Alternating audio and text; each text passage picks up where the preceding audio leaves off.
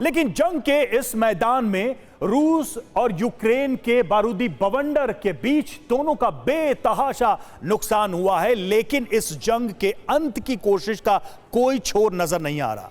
उल्टा इस जंग में आगे की विध्वंसक तैयारियों पर रिपोर्ट जारी हो रही है। एक ऐसी ही खुफिया रिपोर्ट रूस की तैयारी पर जारी हुई है और इसमें चौंकाने वाला फैक्टर यह है कि नई स्ट्रैटेजी के तहत प्रेसिडेंट पुतिन ने एक ऐसे दस्ते को तैयार किया है जो बेहद, जी हां, बेहद कम नुकसान में यूक्रेन की जमीन पर यूक्रेनी फोर्स को भारी नुकसान पहुंचाएगा। यह रिपोर्ट देखिए।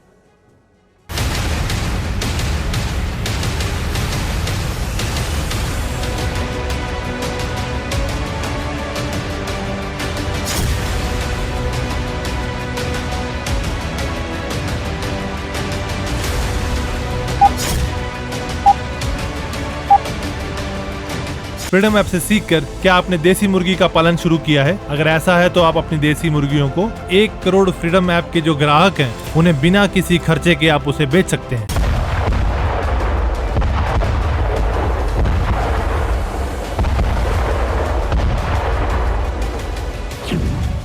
आत्मघाती हमलावर रेडी, खुफिया रिपोर्ट, फुल स्टडी।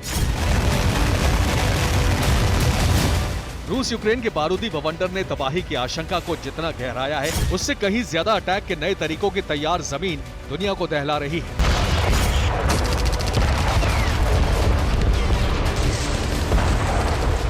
एक तरफ न्यूक्लियर अटैक से जुड़ी आशंका है तो दूसरी तरफ यूक्रेन को पूरी तरह तबाह करने के लिए हमले के अलग अलग तरीकों के इस्तेमाल की तैयारी है।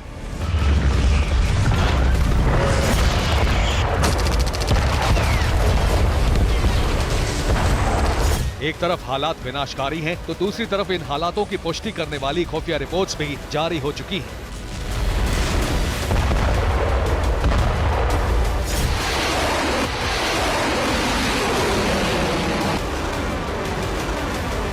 यूक्रेन रूस के बीच बरस रहे बारूदों के बीच कुछ ऐसे राजनीतिक खुलासे हुए हैं जो आपको चौंका सकते हैं, और इसमें सबसे ज्यादा दंग करने वाला खुलासा है रूस के एक ऐसे प्लान का जिसे सार्वजनिक करना अंतर्राष्ट्रीय बिरादरी का रुख रूस के खिलाफ और ज्यादा नकारात्मक बना सकता है।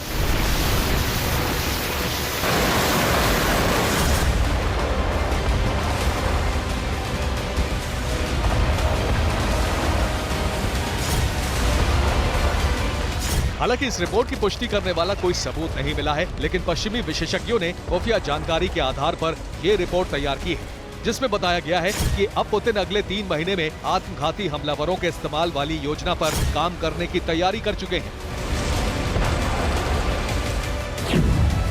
दावे के तहत प्रेसिडेंट पुतिन ने समूह के अंदर आत्मघाती अटैक का प्लान बनाया है और इस तरह के अटैक के लिए रूस के सैनिकों का इस्तेमाल होगा, यानी रूस का एक सैनिक खुद की शहादत देकर दुश्मन सेना के सैकड़ों सैनिक मार गिराएगा। और रूस की इस नीति को विशेषज्ञों ने पिरामिड जीत नीति का नाम दिया है।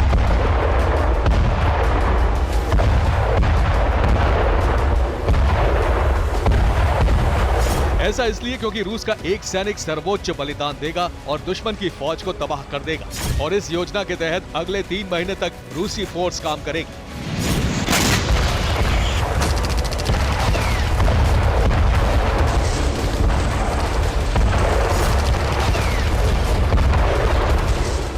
लेकिन सवाल यह है कि आखिर रूस के थिंक टैंक्स क्या वाकई इस रणनीति पर काम कर रहे थे? क्या सच में इस रणनीति को अमल में लाया जाएगा? और अगर ऐसा है तो जंग के बीच इसकी जरूरत पड़ी क्यों? इसका जवाब भी पश्चिमी थिंक टैंक्स देते हैं।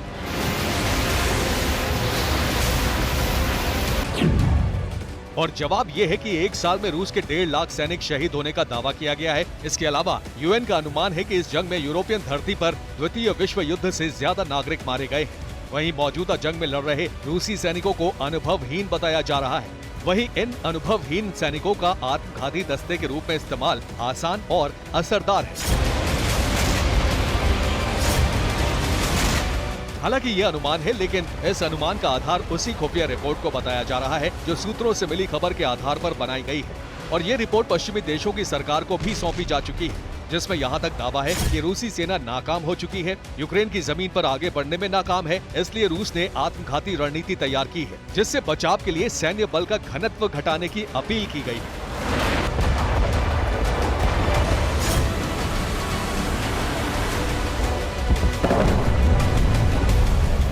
लेकिन सवाल ये है कि वॉर जोन में ऐसे अटैक संभव कैसे होंगे? जवाब इसी रिपोर्ट के दूसरे हिस्से में है।